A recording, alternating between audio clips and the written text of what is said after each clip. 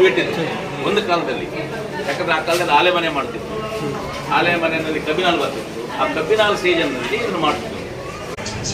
ಆನಾ ವಿಜಯೇಂದ್ರವರಿಂದ ನಿಮ್ಮೆಲ್ಲರ ಸಮ್ಮುಖದಲ್ಲಿ ಅದನ್ನು ನಮ್ಮ ಹೋಟ್ಲಲ್ಲಿ ಉದ್ಘಾಟನೆ ಮಾಡ್ತೀವಿ. ಪ್ರತಿದಿನ ಇರುತ್ತೆ. ಬಾದಾಮಿ ಹಾಲು ಹಾಕೊಂಡು ತಿನ್ನೋಂಥದ್ದು.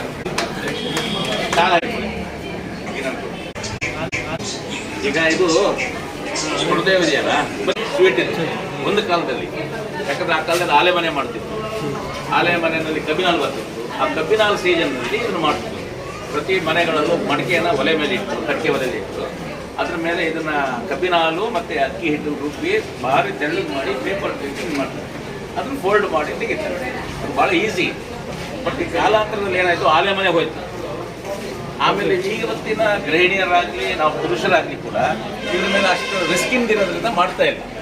ನಾನು ಅದನ್ನು ಇವತ್ತು ಆನಾ ವಿಜಯೇಂದ್ರವರಿಂದ ನಿಮ್ಮೆಲ್ಲರ ಸಮ್ಮುಖದಲ್ಲಿ ಅದನ್ನು ನಮ್ಮ ಹೋಟ್ಲಲ್ಲಿ ಉದ್ಘಾಟನೆ ಮಾಡ್ತೀವಿ. ಪ್ರತಿದಿನ ಇರುತ್ತೆ. ಬಾದಾಮಿ ಹಾಲು ಹಾಕೊಂಡು ತಿನ್ನೋಂಥದ್ದು. ಇದು ಪ್ಲೇಟಿಗೆ 50 ರೂಪಾಯಿಗೆ ನಾವು ಮಾರ್ತೀವಿ. ಬೇರೆ ಕಡಿಮೆ ರೇಟಲ್ಲೇ ಮಾರಬೇಕು ಅನ್ನೋ ಉದ್ದೇಶ.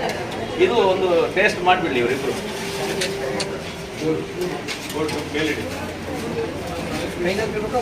ಹಂಗಾರ ನೋಡಿ, ಕೈಯೆಲ್ಲ ತಿಂದರೆ ಕೈಯೆಲ್ಲ ಮಾಡಿ ಹೇಗಾರ ತಿನ್ನಿ.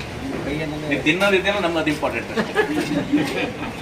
ತುಪ್ಪ ಹಾಕಿರೋ ತಿನ್ಬೋದು, ಬೇರೆ ಬೇರೆ ಏನು ಬೇಕಾದ್ರೂ ನೀವು ಮಾಡ್ಬೋದು. ಬಟ್ ನಮಗೆ ಹೋಟೆಲ್ಗಳಲ್ಲಿ ಇದೇ ಕರೆಕ್ಟ್. ತುಪ್ಪದಲ್ಲಿ ಕೆಲವರು ತಿನ್ನಲ್ಲ, ಕೆಲವ್ರಿಗೆ ಇಷ್ಟ ಆಗಲ್ಲ, ತುಪ್ಪದ ಕ್ವಾಲಿಟಿ ಬಗ್ಗೆ ಡೌಟ್ ಇರುತ್ತೆ, ಹಿಂಗೆಲ್ಲ ಇರುತ್ತೆ. ಹಾಗಾಗಿ ಭಾಳ ಚೆನ್ನಾಗಿರುತ್ತೆ. ಎಲ್ಲರಿಗೂ ಕೊಡ್ತೀವಿ, ಎಲ್ಲರೂ ತಿನ್ಬೇಕು. ಈಗ ಎಲ್ಲರೂ ನಿಮ್ಗೆ ತಂದು ಹಾಂ, ನೀವು ಪ್ರವಾಸೋದ್ಯಮದ ಬಗ್ಗೆ ಹೆಜ್ಜೆ ಇಟ್ಟಿದ್ದೀರಿ. ಅದು ಮುಂದೆ ಇನ್ನೂ ಜಾಸ್ತಿ ಆಗಲಿ, ಒಳ್ಳೆಯದಾಗಲಿ.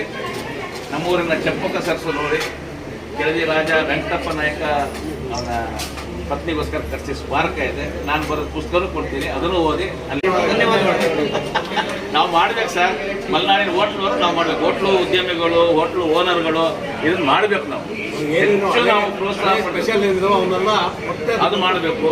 ಆಮೇಲೆ ಬರೋ ಪ್ರವಾಸಿಗರಿಗೆ ನಾವು ಜಾಸ್ತಿ ಆತಿಥ್ಯ ಕೊಡಬೇಕು, ಸಿಟ್ಟು ಮಾಡಬಾರ್ದು. ಇವೆಲ್ಲ ಮಾಡಿದ್ರೆ ಮಾತ್ರ ನಾವು ಹೋಟೆಲ್ ಅಲ್ವಾ, ಅಲ್ಲ ಮಾಡಬೇಕು. ಇದು ಪ್ರೇರಣೆ ಆಗಲಿ. ಇದು ನಾವು ಮಾಡಿರೋ ಸಾಂಕೇತಿಕ, ಇದು ಪ್ರೇರಣೆ.